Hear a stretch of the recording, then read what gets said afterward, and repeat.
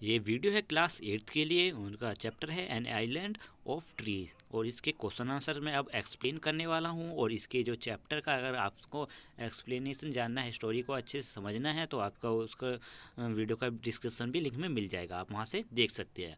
ठीक है, तो मैं यहाँ पे चैप्टर को एक्सप्लेन करने वाला हूँ। तो फर्स्ट क्वेश्चन है यहाँ इसमें पूछा हुआ है, what was special about the temple around the people tree. अब यहाँ पे पूछा है कि जो टेम्पल्स के अराउंड आसपास जो पीपल ट्री होती है उनकी क्या विशेषताएं होती है।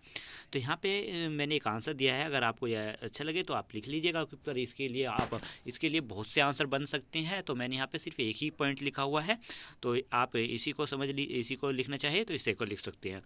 When the demon had defeated all the gods, एक इसमें बताया हुआ है एक बात को, मतलब एक जो पुराने ज़माने में मतलब लोग जो मानते थे उनके मानने पर ये है, when the demon had defeated all the God, जब डेमन्स ने मतलब राक्षसों ने सभी भगवान को हरा दिया था, तो लॉर्ड विष्णु जो थे वो जो है एक ट्री में समा गए थे। ये ब्रह्म पुराण में लिखा हुआ है। Also it believe that every Saturday, आज ये भी बिलीव किया जाता है कि हर शनिवार को जो गॉडेस लक्ष्मी है वो पीपल ट्री के अंदर आती है। जो इसलिए क्या है, thus Hindu consider it to be a sacred and worship, तभी इसलिए जो है हिंदू जो लोग होते हैं वो इसको क्या मानते हैं, पवित्र मानते हैं और इसकी पूजा करते हैं। और भी बहुत सी चीज़ हैं, जैसे और भी लोगों का प्रिसेप्शन ये है कि इसमें जो यमराज है, ठीक है, वो समाये हुए होते हैं। कोई किसी देवता को मानता है, कोई किसी देवी को मानता है, तो इसको पवित्र माना जाता है हमारे धर्म में, इसलिए इसको जो है हिंदू लोग पूजते हैं। इसलिए ये जो है पीपल ट्री जो है टेम्पल के लिए बहुत स्पेशल होता है। Who were grandmother friends in the banyan tree, question number 6 second में पूछा है कि ग्रैंड मदर के जो फ्रेंड, मतलब ग्रैंड मदर के कौन फ्रेंड थे जो बनियन ट्री पे थे। तो यहाँ पे है, her first friend was a small grey squirrel in the banyan tree, उनकी जो फर्स्ट फ्रेंड था वो था एक ग्रे स्क्वेरल जो कि उस बनियन ट्री पर रहता था। They become friend when she started bringing him piece of cake and biscuit, he grow quite bold and was soon taking morsel from her hand. अब यहाँ पे वो बताती हैं कि वो दोस्त बन गए, जब दोस्त बने जब वो उसने जो वो स्क्वेरल था उसने जो है उनके हाथों से जो है केक्स लेना और बिस्कुट लेना खाना स्टार्ट कर दिया था, मतलब। और फिर वो क्या हुआ कि वो जो है अपने आप ही उनके हाथों से जो है खाना खाने लगा, फिर इस तरीके से उनकी फिर दोस्ती हो गई थी। तो अब है question number 3, why did grandmother father think it was important to plant tree. अब ग्रैंड मदर के जो फादर थे वो ये क्यों सोचते थे कि हमें पेड़ लगाना ज़रूरी है, पेड़ क्यों क्यों उनके लिए इम्पोर्टेंट था। तो यहाँ पे वो आंसर दिया हुआ है कि आपको ये आंसर भी आप जानते ही हैं कि because tree contribute to their environment by providing oxygen, क्योंकि वो भी समझाते हैं कि कैसे ट्री से हमें क्या मिलता है, ऑक्सीजन मिलता है, हमारी एयर क्वालिटी इम्प्रूव होती है, क्लाइमेट के लिए असरदार है ये, और जो वाटर को बचाता है, मतलब कंजर्विंग वाटर यानी पानी को के लिए बचाव के लिए भी सही है ये, प्रिजर्विंग सोइल को भी बचाता है, एंड सपोर्टिंग वाइल्ड लाइफ, यानी बहुत से जीव जंतु भी इन्हीं जंगलों में रहते हैं, तो उनके लिए भी सबसे ज़्यादा इंपॉर्टेंट ट्रीज ही हैं। During the process of photosynthesis, और एक और लाइन इसमें बताई है कि फोटोसेंसिस में भी कार्बन डाइऑक्साइड जो है ट्री से जो है लेते हैं और ऑक्सीजन रिलीज़ करते हैं, जिनसे हमें सांस मिलती है। तो हमारे ह्यूमंस के लिए भी सही है ये, ठीक है, हमारे ह्यूमंस के लिए भी ज़रूरी है और एनिमल्स के लिए भी ज़रूरी है। और एनिमल्स को तो इन पर अपना घर बनाना होता है, एनिमल्स को सभी को इन पर निर्भर रहना पड़ता है, और हमारी ज़्यादातर बेसिक नीड्स जो होती है, हमारी ज़रूरतों के सामान भी पेड़ पौधों से ही मिलता है, इसलिए हमें पेड़ों को लगाना चाहिए। अब नेक्स्ट है question number 4, what's grandmother's mother equally enthusiastic about trees as her husband and daughter, why and why not. अब इसमें क्वेश्चन में पूछा है कि ग्रैंड मदर की जो मदर थी, ठीक है, जो ग्रैंड मदर की जो मदर थी, क्या वो भी इतनी ही रुचि रखती थी पेड़ों में जैसे उनके हस्बैंड और उनकी डॉटर जो बेटी थी वो रखते थे। तो यहाँ पे आंसर है नो, यानी नहीं।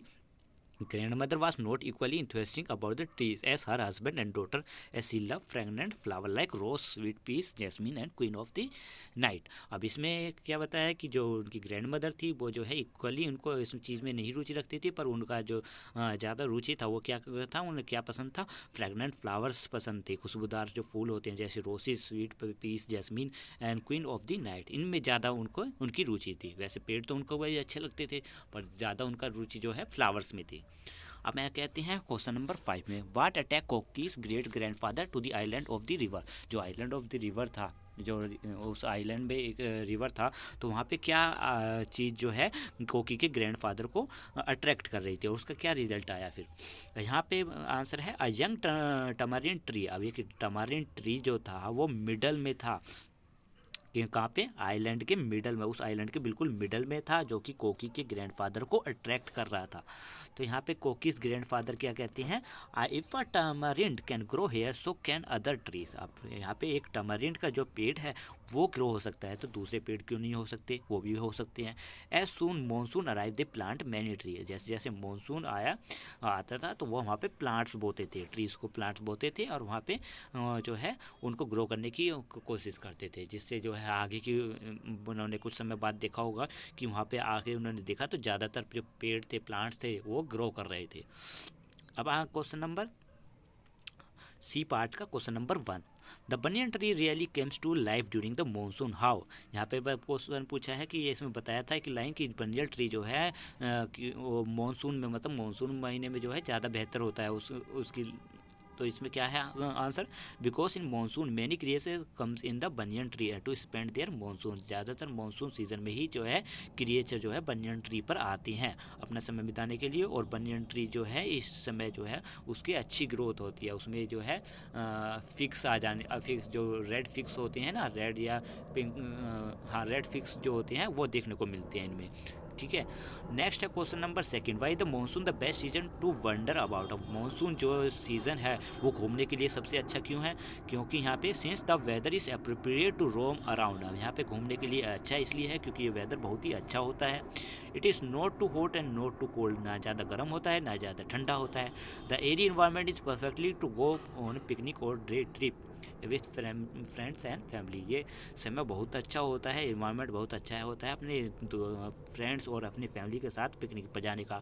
Also rain make everything look clean and dirty which has one aesthetic sense as well. और यहाँ पे बताते हैं कि रेन भी बहुत ही अच्छी होती है, मौसम साफ़ होता है। ठीक है, ये सब चीज़ें हमें देखने को मिलती हैं मानसून के सीज़न में, इसलिए लोग यहाँ पे घूमने के लिए जाते हैं।